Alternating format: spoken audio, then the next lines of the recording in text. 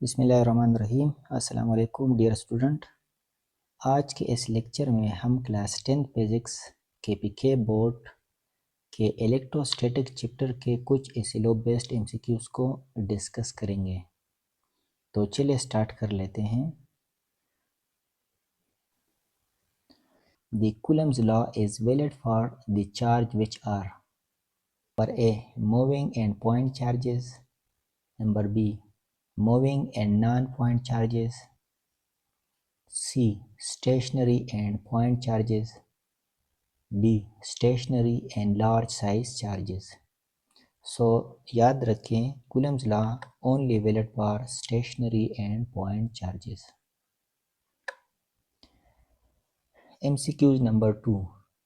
5 joules of work is needed to shift 10 coulomb of charges from one place to another. The potential difference between the places will be. Question में कहा गया है कि 5 joule energy दरकार है कि 10 coulomb charge को एक जगह से दूसरी जगह पे शिफ्ट करें। तो ये बताइए कि इन दो प्लेसेस के बीच पोटेंशियल डिफरेंस क्या होगा।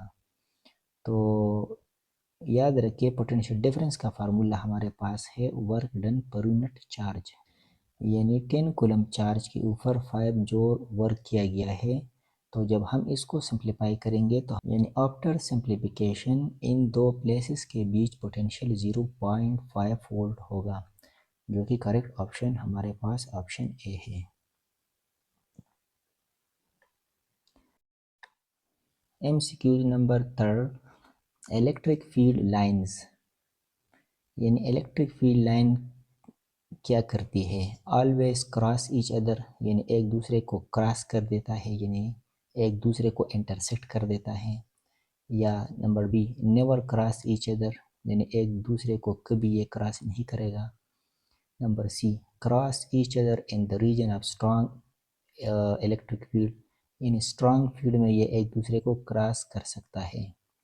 और number D cross each other in the region of weak field, यानी वीक फील्ड में ये एक दूसरे को क्रॉस कर सकता है।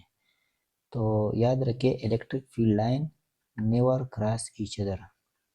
ये क्यों एक दूसरे को क्रॉस नहीं कर सकता, क्योंकि electric field line vector quantity है। जब दो इलेक्ट्रिक लाइन एक दूसरे को कट कर देती है या क्रॉस कर देती है तो the point of intersection at the same time the electric field show two direction which is not valid for vector quantity. That's why electric field lines never cross each other. MCQ number 4, an electroscope is used to detect, यानी electroscope किस चीज़ की detection के लिए use होती है। Resistance के लिए, voltage के लिए, करंट या चार्ज के लिए। तो electroscope is used to detect the charge. MCQ number 5, the SI unit of capacitance is, capacitance की SI यूनिट क्या है। जूल, जूल पर सेकंड या कूलम या फैराड। तो the SI unit of capacitance is farad. MCQ number 6, in parallel combination of capacitors each capacitor will have same, जब हम parallel combination में कैपेसिटर को एक दूसरे के साथ कनेक्ट कर देते हैं तो या तो ईच कैपेसिटर विल हैव, तो हर कैपेसिटर के ऊपर क्या चीज़ सेम होगा, यानी चार्ज सेम होगा या वोल्टेज, या चार्ज एंड वोल्टेज दोनों सेम होगा, या चार्ज बट डिफरेंट वोल्टेज। तो याद रखें पैरेलल कम्बिनेशन में हमेशा वोल्टेज सेम होती है हर कैपेसिटर के ऊपर। MCQ number 7, in series combination of capacitors each capacitor will have same। अब जब हम इन कैपेसिटर को सीरीज में लगा देते हैं तो फिर इनके ऊपर क्या चीज़ सेम होती है। तो सीरीज कम्बिनेशन में always charge will be same.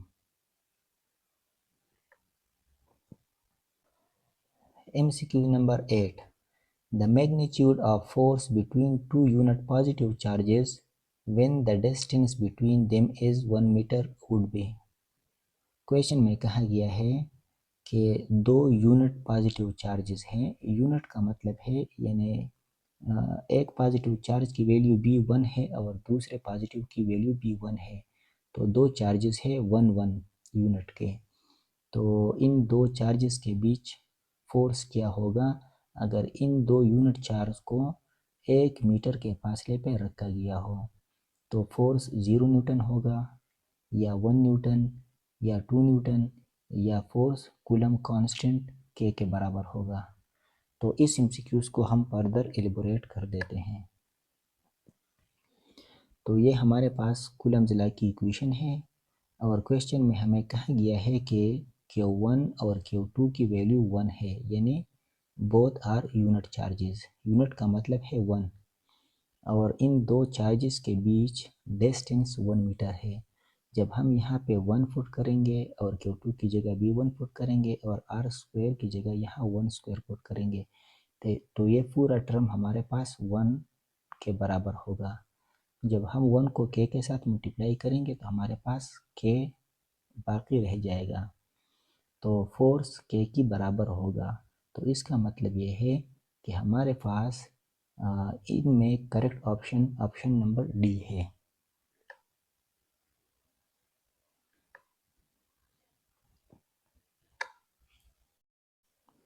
MCQ number 9, Coulomb's law mostly closely resemble with, यानी कूलम्स लॉ इन नीचे जो दिए गए ऑप्शन है इनमें कौन से लॉ के साथ इंतहाई क्लोज है यानी मुशाबहत रखता है।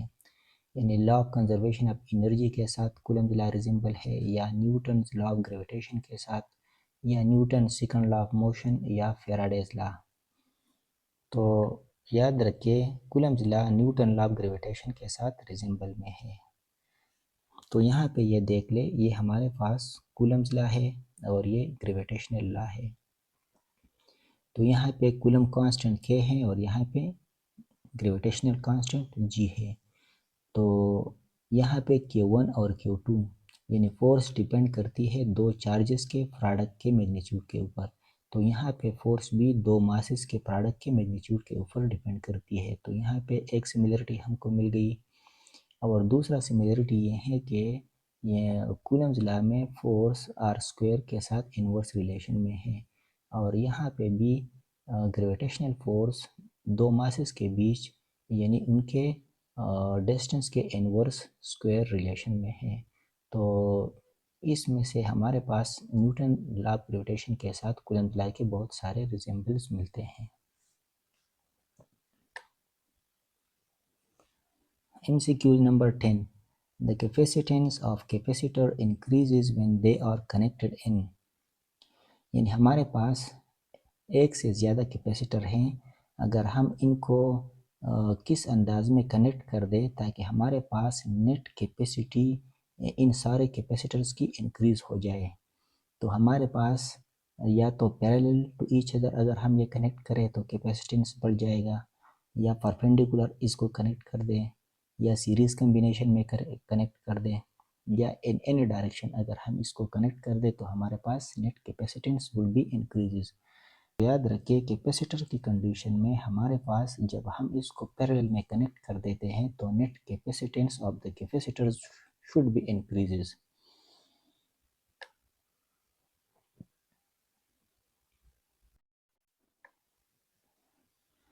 सो इस तरह हम मज़ीद स्टेप वाइज मज़ीद सिलो बेस MCQs को डिस्कस करेंगे।